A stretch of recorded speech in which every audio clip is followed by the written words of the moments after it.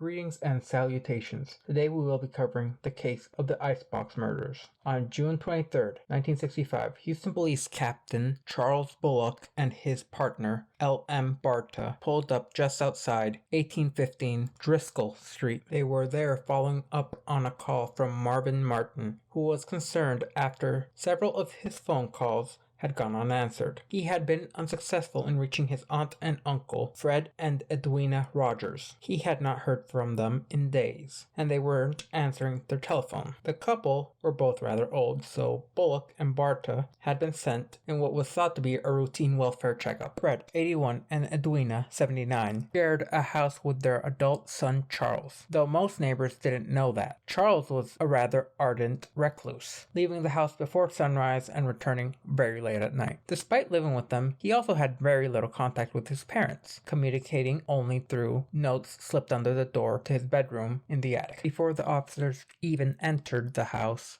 things seemed off. They couldn't open the back door, and when they peered through the window, they saw several flower pots stacked up against it. They called out to the residents of the house, and when they received no answer, they kicked in the door. Inside, there was no signs of the couple or their son. Once they had managed to get inside, Barta went upstairs while Bullock headed for the kitchen. It seems Fred and Edwina were not home. Once entering the house, the detectives noticed that while the house was a little messy, things did not seem out of place. Marvin had stated that his aunt and uncle were not the most cleanly of people. Supposedly, the detectives found it odd there was a moldy, mostly decomposing, rancid dinner laying about the dinner table. They also noted that there was a rancid, pungent smell coming from the 3x5 electric refrigerator in the kitchen. However, accounts vary wildly on why exactly Bullock opened the refrigerator door. To further complicate matters, Bullock himself had some rather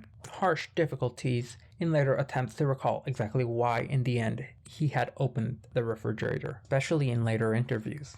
After opening the fridge, police noticed stacks and stacks of meat believed to be hot dogs, sausages, and the like. Since it seemed that the Rogers weren't home, it seemed rather odd that they had so much meat lying around that would go to waste. But the detective was about to close the refrigerator door. He glanced down at the vegetable drawer. Then he was met with a sight that he would not soon forget. The horrid sight they were dealing with, which completely changed the type of police call they were at, were a pair of severed human heads lying in the vegetable crisper. In his shock, Officer Bullock closed the refrigerator door, and he reopened it, and indeed, the heads were still there. Further investigations showed that the man's head was in one bin, where the woman's head was in another. He and Barta immediately called for backup, or at least that's what the officers would go on to state. A quote from the investigation goes as follows. On all the shelves and in the freezer compartment were the dismembered bodies, cut, unwrapped, and washed off, pieces smaller than individual joints. There was little food in the icebox. Once more officers arrived, their suspicions were confirmed. The fridge was not stacked with hot dog meat, but rather with the remains of Fred and Edwina Rogers.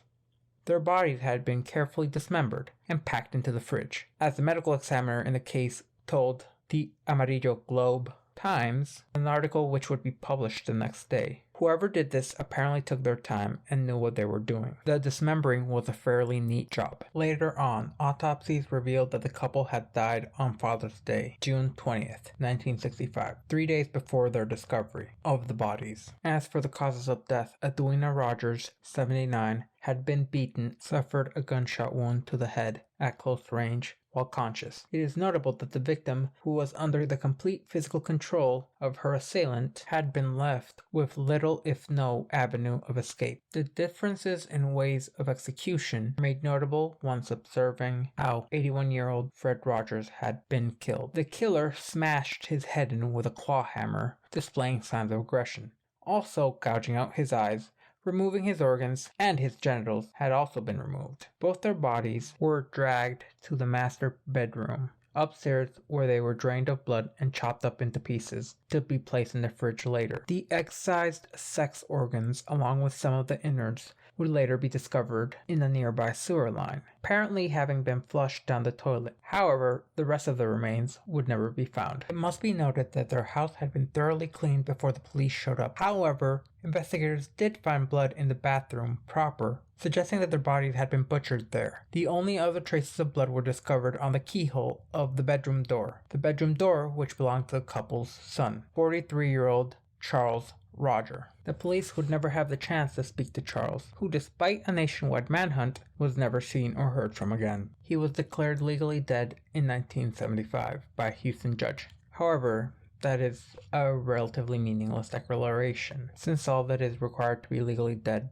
by a court would be to be missing or declared missing for a sufficiently lengthy period of time. This would normally be years. However, the time required can be changed upon discretion. No body would necessarily even have to be provided or even a death certificate. Just a change noting that he is no longer registered within the civil registry, thereby being pronounced dead. This, in theory, would allow cops different avenues to investigate Charles Rogers. From the moment the investigation had started, one question dominated the minds of the authorities. Where was Charles? As a presumed only surviving resident of the home, he would be key in providing essential information to the authorities. However, beyond that, evidence seemed to suggest he had a much larger role to play in the killings. Police also found a handsaw in his room. This, combined with his reclusive nature and seemingly cold relationship with his parents, quickly directed suspicions towards Charles. He had become an even more important person of interest,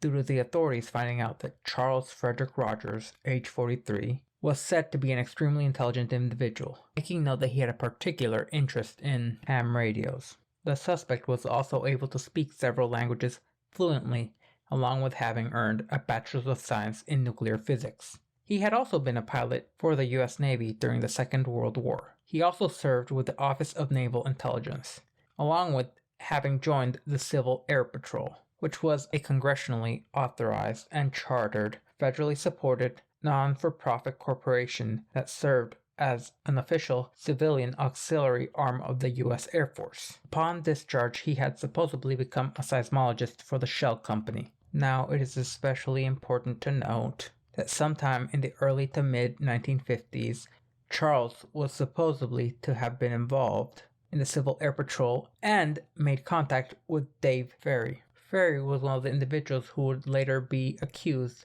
of being involved in the plot to assassinate President John F. Kennedy. Associates of Roger later said that he was highly intelligent, emphasizing his intelligence and his talent for finding gas, oil, and gold for companies which he worked for. After 9 years with the Shell Company, Charles quit with little to no explanation. The year he quit was 1957. Shortly after this is when he would start living with his parents. It must be emphasized, though they lived with him, they rarely interacted with him at all. It would be later discovered that Charles was actually the individual who owned the house and had been allowing his parents to live with him. He had quit his job well before allowing his parents to live with him. Irregardless, many who knew the Rogers couple believed that they were the owners, had no idea that Charles was the true owner or that he even lived with them. This only brings more emphasis into his increasingly reclusive nature and the specific times of his comings and goings. It was noted that he spent most of his time in the attic bedroom. After his parents had moved into the house with him, clear and evident stress built between the three individuals, which developed into even more reduced communication, being reduced to the passing of notes under doors without contact, as previously noted. As it stands, it is unknown if he had any form of employment during this time.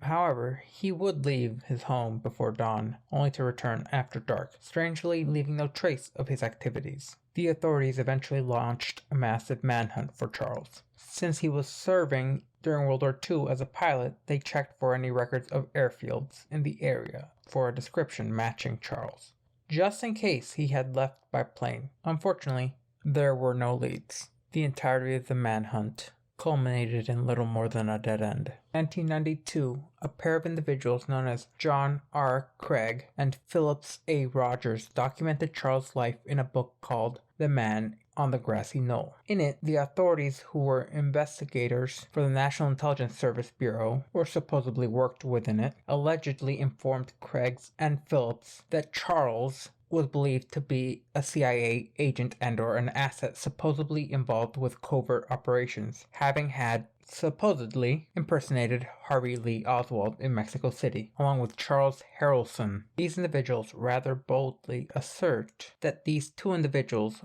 were two of the shooters involved in the assassination of President Kennedy. This work goes on to further accuse Charles of being one of the men who fired upon and assassinated Kennedy. They go on to claim that Charles had set up Lee Harvey Oswald, impersonating and unwillingly making Oswald a patsy during the claimed Mexico City incident. One of their major claims is that Charles was one of the three tramps, along with Harrison and Shawnee Holt. The three tramps were individuals who had been arrested on Dealey Plaza the day of the assassination of President Kennedy. However, this story is potentially undermined with the three tramps being positively identified as Gus Abrams, John F. Grundy, and Harold Doyle. Later on, Ray and Mary LaFontaine carried out their own research into this claim. They traced Doyle and Grisly, who confirmed that they were indeed two of the three tramps. Later, they would also positively identify Gus Abrams, even though he was dead, through his sister, who positively identified as the third tramp in the photograph. Authors, however, insist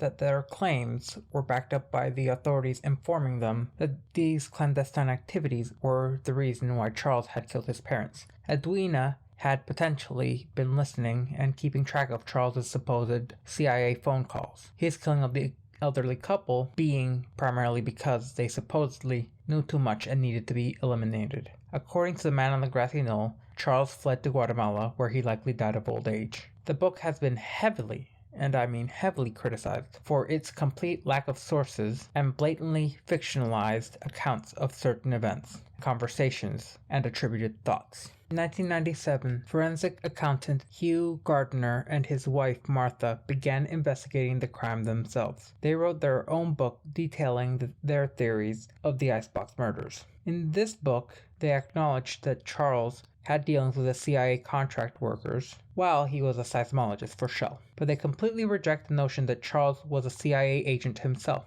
or a primary asset, who needed to dismember his parents after they overheard his not-so-secretive secret phone calls, supposedly detailing his plans to kill Kennedy. Instead, the Gardners believe and claim that Charles was emotionally and physically abused as a child, and also as an adult by his father, which would explain the cutting off of his father's genitals, on Father's Day specifically. They also claim that near the end of their lives, Edwina and Fred were both defrauding their son, forging his signature on deeds of lands he owned, and taking out loans on his name and pocketing the money. The Gardners label Fred and Edwina as devious con artists. They say Fred worked as a bookie, regularly engaging in gambling and fraud, stealing large sums of money from Charles and continuing to abuse him. The Gardners claim that Charles had been planning his parents' death for years and used his powerful friends, whom he had met through ham radio hobbies while working in the oil industry, to flee to Mexico. They theorized Charles eventually ended up in Honduras, where he experienced some karmic retribution, being killed after a wage dispute with miners. The Icebox Murders has been referred to as a work of fact-based fiction. Questions we are left with are: did Charles kill his parents? Did he have anything to do with the assassination of JFK? Where did he vanish to? Unfortunately, many of these questions will never be answered. However, Charles remains the only suspect in the murders, which remained unsolved to this day. If you have remained with me until the end,